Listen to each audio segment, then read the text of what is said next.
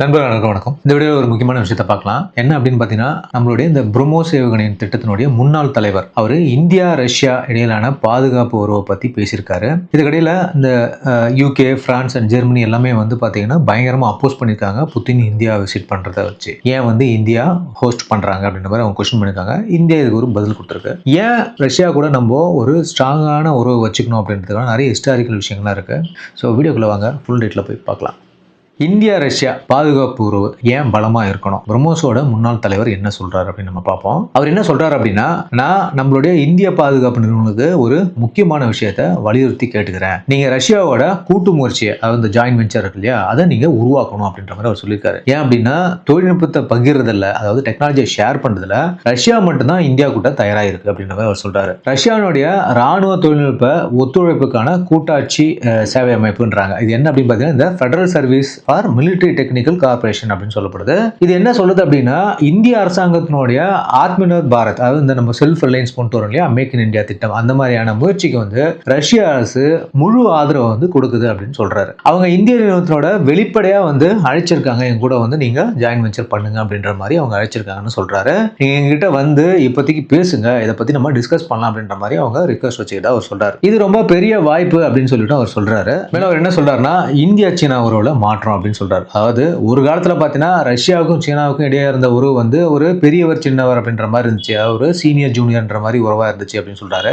ஆனா இப்போ அது வந்து பாத்தீங்கன்னா ஒரு ஜூனியர் சீனியர்ன்ற மாதிரியான உறவா மாறிடுச்சு அப்படின்னு சொல்றாரு. அதாவது இப்போ சீனா தான் வந்து பெரியவன் மாதிரி இருக்கு அப்படின்னு சொல்லப்படுது. இது இந்தியாவுக்கு வந்து பாத்தீங்கன்னா உண்மையிலேயே ஒரு கவலை கொடுக்குற விஷயமா பாக்குறோம் அப்படின்றோம். ஏன்னா நம்ம ரஷ்யாவோட உறவை வந்து ஒரு ஸ்பெஷல் அண்ட் பிரிவிலேஜ் ஸ்ட்ராட்டஜிக் ரிலேஷன்ஷிப்பா வந்துட்டு பாக்குறோம் அப்படின்னு சொல்லப்படுது. இந்த ஸ்ட்ராட்டஜிக் உறவு நமக்கு ரொம்ப முக்கியம் அப்படின்னு சொல்றாரு. கடந்த 25 வருஷமா இந்த உறவை நம்ம அதிக முதலீடு செஞ்சிருக்கோம், இதை கொண்டு வரதுக்கு இந்த அளவுக்கு அப்படின்ற மாதிரி அவர் சொல்றாரு. அதனால இந்த உறவை வந்து நம்ம இழக்கவே முடியாது. பாதுகாப்பு தொழில்நுட்பத்தை பொறுத்தவரை நமக்கு ரொம்ப ரொம்ப பிரகாசமான எதிர்காலமும் இருக்கு. பல வருஷமா அதிபர் புத்தின் வந்து இந்தியாவுக்கு வரல, ஆனா பிரதமர் மோடி ரஷ்யாவுக்கு ஒரு சில அக்கேஷன்ல போயிருக்காரு. ஸோ இது ஒரு ராஜேந்திர அடிப்படையில் வந்து பாத்தீங்கன்னாக்கா ஒரு பரஸ்பர உறவை வந்து வளர்க்கறதுக்கு ரொம்ப ரொம்ப முக்கியம் அப்படின்னு சொல்றாரு. இப்போ நம்ம டெல்லியில அதிபர் விளாடிமிர் புத்தினை வந்து விருந்தினர் அழைச்சி கௌரவிக்கிறோம். இது ஒரு முக்கியமான விஷயம். உலக விவரங்களை வந்து பாத்தீங்கன்னா இந்தியா ரொம்பவே வந்து ஒரு ஸ்ட்ராட்டஜிக்கல் ஃப்ரீடம் வச்சிருக்கிறத வந்து இது காட்டுது அப்படின்னு சொல்லப்படுது. ஏன் அப்படின்னா புத்தின் எங்கேயுமே போக முடியாது, ஆனா இந்தியாவில் வந்து அவரால் வர முடியுது. இது வந்து நமக்கு இருக்கக்கூடிய ஒரு ஸ்ட்ராட்டஜிக்கல் ஃப்ரீடம் அப்படின்ற மாதிரி நம்ம பாக்குறோம் அப்படின்னு அவர் சொல்றாரு. மேலும் அவர் சொல்றது என்ன அப்படின்னாக்கா,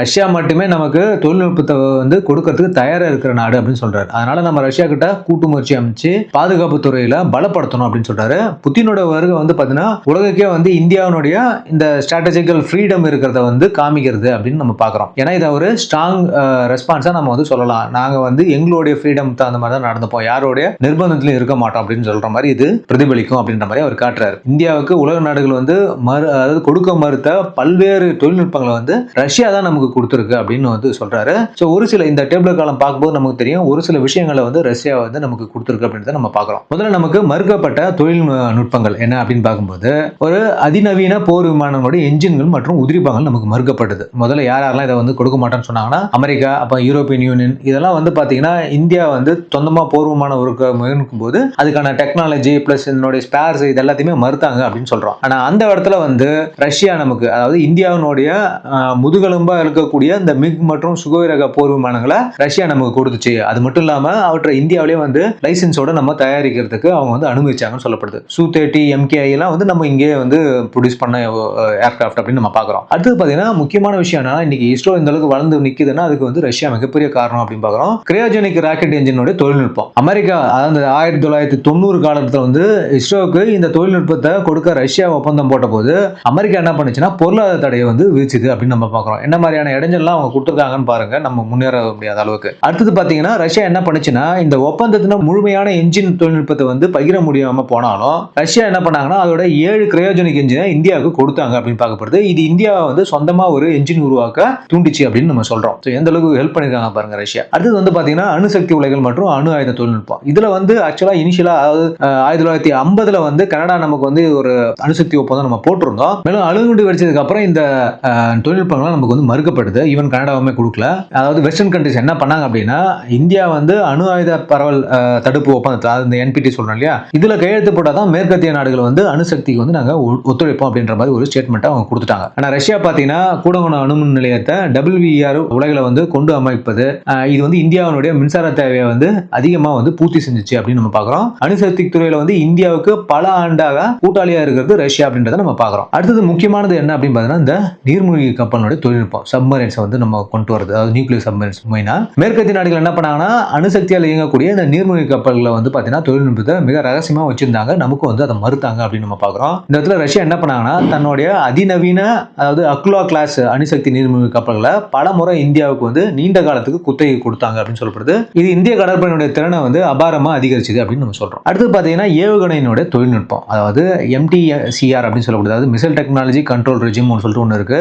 மற்றும் பிற சர்வதேச அமைப்புகள் மூலம் வந்து இதை வந்து கட்டுப்படுத்தினாங்க வெஸ்டர்ன் கண்ட்ரிஸ் அப்படின்னு நம்ம சொல்றோம். ஆனா ரஷ்யா பார்த்தீங்கன்னா ரஷ்யாவோட ஒத்துழைப்புடன் இந்தியா உருவாக்கிய இந்த பிரம்மோஸ் வந்து உலகினுடைய அதிவேக ஏவுகணையா இன்னைக்கு நிக்குது அப்படின்னு நம்ம பார்க்கிறோம். இது ரஷ்யாவினுடைய P8 ஓஸ்னிக் ஏவுகணை தொழில்நுட்பத்தை வந்து அடிப்படையாக கொண்டு செயல்படக்கூடியது அப்படின்னு நம்ம பார்க்கிறோம். நீங்க அந்த ஓஸ்னிக்கோடைய மிசைல் ஸ்டார்ட் பண்ணி போறதையும் பிரம்மோஸ் வந்து ஸ்டார்ட் பண்ணி போறதையும் பார்த்தீங்கன்னா தெரியும், ரெண்டுமே ஓரல்ஸ் ஈக்குவலாவே இருக்கும். அதே டெக்னாலஜி இதையும் நம்ம யூஸ் பண்றோம் அப்படி பார்க்கப்படுது. இந்த ஒத்துழைப்பு வந்து பார்த்தீங்கன்னா இந்தியாவுடைய ஏவுகணை சக்திக்கு வந்து மிகப்பெரிய ஒரு முதுகெலும்பா இருந்துச்சு அப்படின்னு நம்ம பார்க்கிறோம். ஸோ இப்போ நான் சொன்னது எல்லாமே ஒரு பேசிக்கான விஷயம் தான். இதை தாண்டி நிறைய விஷயங்களும் வந்து நமக்கும் ரஷ்யாவுக்கும் இருக்கு அப்படின்னு பார்க்குறோம். ஆனால் முக்கியமான சில டெக்னாலஜிஸ்லாம் எதெல்லாம் வெஸ்டர்ன் கண்ட்ரிஸ் வந்து நமக்கு மறுத்தாங்களோ இன்னைக்கு அந்த டெக்னாலஜி நம்ம கையில் இருக்கத்தோடு தான் உலகத்தில் நம்ம வந்து சிறந்து நிற்கிறோம் பார்க்குறோம். அதுக்கு முழுமையான துணையா நின்னதே வந்து ரஷ்யா அப்படின்னு தான் நம்ம பார்க்குறோம். மற்ற நாடுகள்லாம் நம்ம ரஷ்யா கிட்ட அந்த ஒரு விஷயத்தில் வரக்கூட முடியாது அப்படின்றது தான் உண்மையான கருத்தாக இங்கே பார்க்கப்படுது. சரி, இப்போ இந்த ரஷ்ய அதிபருடைய இந்த பயணம் வந்து ரொம்ப முக்கியமாக கருதப்படுது. முக்கியமான பாதுகாப்பு துறை பார்த்தீங்கன்னா 2 நாடுகளோட அதிகமாக பேசுறாங்க அப்படின்னு சொல்லப்படுது. இந்தியா ஏற்கனவே ரஷ்யா கிட்ட வந்து பார்த்தீங்கன்னா S-400 ஏவுகணை அமைப்புகள் வந்து வாங்குறாங்க அப்படின்றத நம்ம சொல்லியிருக்கோம். அது மட்டும் இல்லாமல்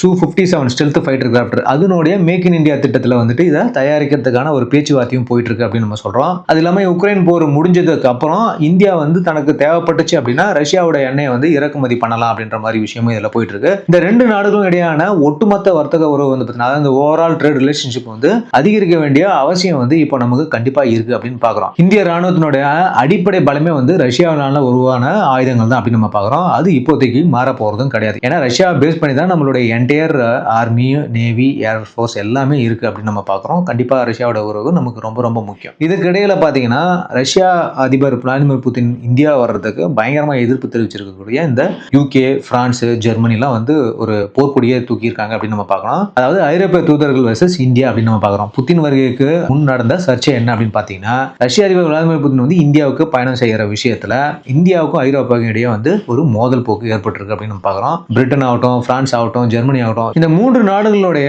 தூதர்கள் வந்துட்டு என்ன பண்றாங்க அப்படின்னா புதின் வருகைக்கு முன்னாடி பார்த்தீங்கன்னா ஒரு ஜாயிண்ட் ஸ்டேட்மெண்ட் வந்து வெளியே விடுறாங்க அப்படின்னு சொல்லப்படுது. இதுல இந்தியாவுக்கு வந்து தன்னுடைய அதிருப்தியை வெளியுறவுத்துறை அமைச்சகம் வந்துட்டு தெரிவிக்குது அப்படின்னு வந்து சொல்லப்படுது. அவங்க அறிவிச்சதுக்கு நம்மளோட வெளியுறவுத்துறை அமைச்சகம் வந்து தெரிவிச்சிருக்கு. வெளியுறவுத்துறை அதிகாரிகள் என்ன சொல்றாங்க அப்படின்னா 3வது நாட்டு உறவுகள் பத்தி பொதுவான ஆலோசனை சொல்றது டிப்ளமேட்டிக் பிராக்டிஸ்ல வந்துட்டு ஏத்துக்க முடியாது அப்படின்ற மாதிரி ஒரு விஷயத்தை சொல்லியிருக்காங்க அப்படின்னு பார்க்கப்படுது. இதை நாங்க கவனத்துல எடுத்துக்கிட்டோம். நீங்க இந்த மாதிரி ஒரு கூட்டறிக்கை அமைப்பதை வந்து நாங்க கவனத்துல எடுத்துக்கிட்டோம் அப்படின்னு சொல்லிட்டு நம்ம MEல இருந்து ஒரு பதில் கொடுத்திருக்காங்க. இது எப்படி ப்ரோக்ராம் பண்ணிருக்காங்க அப்படின்னாக்கா பிரதமர் மோடி வந்து புத்தினுக்காக ஒரு பிரைவேட் டின்னர் வந்து ஏற்பாடு செஞ்சிருக்காரு அப்படின்னு பார்க்குறோம். இதுக்காக தான் மெயினாவே அவங்க என்ன பண்றாங்க, பிரிட்டன், பிரான்ஸ் மற்றும் ஜெர்மனி வந்து இதை வந்து ஒரு கூட்டு பத்திரிகையா வந்து அனுப்பியிருக்காங்க. அதுல அவங்க என்ன சொல்றாங்க அப்படின்னா இந்தியா ஒரு பெரிய ஜனநாயக நாடு, அதனோட அடிப்படையில் நாங்க கேட்கிறோம் இது மாதிரி ஒரு பிரச்சனைகள் இருக்கு, அதாவது டெரிட்டரியல் அக்ரஷன் எல்லாமே வந்து அனுமதிக்கப்படக்கூடாது. நீங்க என்ன பண்றீங்க, ரஷ்யா வந்து உக்ரைன் மேல போர் தொடுக்குது, டெரிட்டரியை வந்துட்டு கேப்சர் பண்ணுது, அதை அனுமதிக்கிற மாதிரி நீங்க அவரை கூப்பிட்டு வந்து இங்க உபசரிக்கிறீங்க அப்படின்னு சொல்றது. இதை தான் வந்து ரொம்ப அப்போஸ் பண்றோம், இந்தியா மீது எங்களுக்கு ஒரு அதிருப்தி இருக்கு அப்படின்ற மாதிரி அவங்க ஒரு விஷயத்தை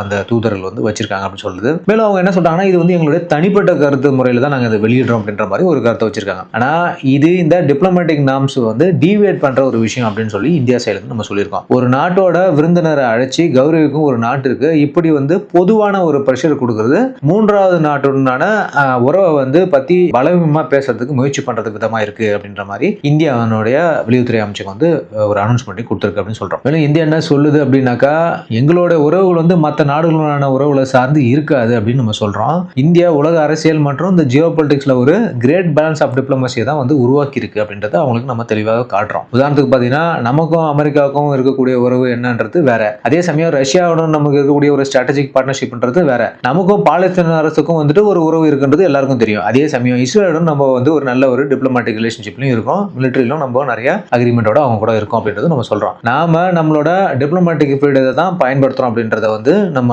வெளிநாடுகளுக்கு தெளிவா சொல்றோம் அப்படின்றது இந்த பதிலிருந்தே தெரியுது. அதனால தான் பார்த்தீங்கன்னா நம்மளோட வெளியுறவுத்துறை அமைச்சகம் வந்து இதை கவனத்தில் எடுத்துக்கிட்டு இருக்கு அப்படின்னு நம்ம சொல்றோம். இந்த 3 தூதர்கள் எழுதின இந்த ஒரு அப்ஜெக்ஷன் வந்து பார்த்தீங்கன்னா இந்தியா வந்து ஒரு ராஜேந்திர நகர் மற்றும் ரஷ்யாவுடனான உறவு குறித்து உள்நாட்டு கருத்தை உருவாக்க முயற்சிப்பது போல இருக்குது அப்படின்ற மாதிரி ஒரு அதிருப்தியும் வந்து தெரிவிச்சிருக்கு அப்படின்னு நம்ம பார்க்குறோம். இப்போ சுருக்கமாக சொல்ல போனால் புத்தின் வருகைக்கு முன்னாடி யூகே, பிரான்ஸ், ஜெர்மனி தூதரங்க வந்து ஒரு விஷயத்தை அப்ஜெக்ட் பண்ணிட்டாங்க. இதுக்கு இந்தியா வந்து சரியான ஒரு பதிலையும் வந்து கொடுத்துச்சு அப்படின்னு பார்க்குறோம். நீங்க பண்றது வந்து ஒரு ராஜதந்திர மீறல். மூன்றாவது நாட்டினுடைய நீங்க ஒரு விஷயத்துல தலையிடாதீங்க, இதுக்கும் உங்களுக்கும் சம்பந்தம் கிடையாதுன்ற மாதிரி ஒரு பதில சொல்லிட்டோம். நாங்க எங்களுடைய ஸ்ட்ராட்டஜிக் ஃப்ரீடம்ல தான் நாங்க இருக்கிறோம், எந்த நாட்டையும் நாங்க சார்ந்து இருக்க மாட்டோம் அப்படின்னு நம்ம தெளிவுபட சொல்லியாச்சு. ஸோ இது மூலியமா நம்ம அவங்களுக்கு வைக்கிறது என்ன அப்படின்னா சமாதானம் மூலியமா ஒரு ஸ்ட்ராட்டஜிக் ஃப்ரீடம் வந்து நாங்க வலியுறுத்துறோம் அப்படின்ற மாதிரி இந்தியா வந்து ரொம்ப தெளிவா அந்த பதில கொடுத்துருக்கு. கண்டிப்பா ரஷ்யாவுடனுடைய உறவு வந்து நம்ம வந்து ரொம்ப டீப்பா இருக்கணும், ரொம்ப வந்து ஸ்ட்ராட்டஜிக்கலான ஒரு முக்கியமான உறவு இது. நமக்கு வந்து பாத்தீங்கன்னா காலங்கள் மாறினாலும் இப்போ ப்ரீவியஸ் டேஸ்ல நம்ம பார்த்துருப்போம், அமெரிக்கா கூட ரொம்ப உறவாக தான் போச்சு. ஆனால் ப்ரீவியஸாக நம்ம கூட இந்தியான்னு ஒரு நாடு வளர்றதுக்கு மிக மிக முக்கியமான ஒரு காரணமாக இருந்தது ரஷ்யா அப்படின்றத நம்ம பார்க்குறோம். நான் ஏற்கனவே உங்களுக்கு அந்த டேட்டாலாம் போட்டிருப்பேன். அதில் நீங்கள் பார்த்தீங்கன்னா இந்த மாதிரி விஷயங்கள்லாம் நமக்கு சப்போர்ட் பண்ணியிருக்காங்க. டெக்னிக்கலாக நம்ம எப்படி க்ரோணுன்றதுக்கு ரஷ்யா சப்போர்ட் பண்ணியிருக்கு. இது போல நிறைய வார் டைம்லையும் வந்து ரஷ்யா நமக்கு மிகப்பெரிய ஒரு உறுதுணையாக நின்றுன்றதை நம்ம பார்க்கணும். மற்ற நாடுகள் என்னதான் முகத்துக்கு நேராக நம்ம கிட்ட நல்லா பேசினாலும், சரி ஃபார் எக்ஸாம்பிள் அமெரிக்கா கூட நான் சொல்கிறேன், முகத்துக்கு நேராக நல்லா பேசினாலும் இந்தியாவோட அதிக உறவு வச்சிருந்தாலும் அவங்க கொடுக்கக்கூடிய வெப்பன் சிஸ்டம்லாம் சம்டைம்ஸ் வந்து நமக்கு ஆப்போசிட்டாகவே வந்து இருக்கிற மாதிரி தான் இருக்கும். எக்ஸாம்பிளுக்கு கார்கில் வாரில் அவங்க வந்து ஜிபிஎஸை மறிச்சது, நம்மளுடைய 1971 வாரில் அவங்களுடைய யூஎஸோட வார்ஷிப்பை கொண்டு வந்து நிறுத்தினது பே ஆஃப் பெங்காலில், இந்த மாதிரியான நிறைய விஷயங்களை வந்து அமெரிக்கா பண்ணியிருக்குன்னு பார்க்குறோம். என்னதான் வந்து அமெரிக்கா கூட நம்ம உறவு வச்சிருந்தாலும் ரஷ்யாவோட உறவு வந்து ரொம்ப ரொம்ப டீப்பானதுன்னு பார்க்குறோம். ஓகே, ஸோ இப்போ ரஷ்யா பிரசிடென்ட் வந்து நாளைக்கும் இந்தியாவில் வந்து இருக்காரு. 4ஆம் தேதி 5ஆம் தேதி 2 நாள் இருக்காரு. என்னென்ன மாதிரி அக்ரிமெண்ட்ஸ் எல்லாம் இங்கே சைன் ஆகுது, அடுத்தது இந்தியாவும் ரஷ்யாவும் உறவு எந்த லெவலுக்கு போகுது அப்படின்றத பற்றின டீட்டெயிலாம் நம்ம வரப்போகிற வீடியோவில் கண்டிப்பாக பார்க்கலாம். ஓகே மக்களே, வீடியோ கண்டிப்பாக இன்ஃபர்மேட்டிவாக இருக்கும்னு நம்புறேன். நம்ம சேனல் சப்ஸ்கிரைப் பண்ணுங்கள், உங்கள் கருத்துக்களை கமெண்ட் பண்ணுங்கள். மீண்டும் அடுத்த ஒரு நல்ல ஒரு வீடியோட உங்களை சந்திக்கிறேன். அது வரைக்கும் தேங்க்யூ, பை, ஜெய்.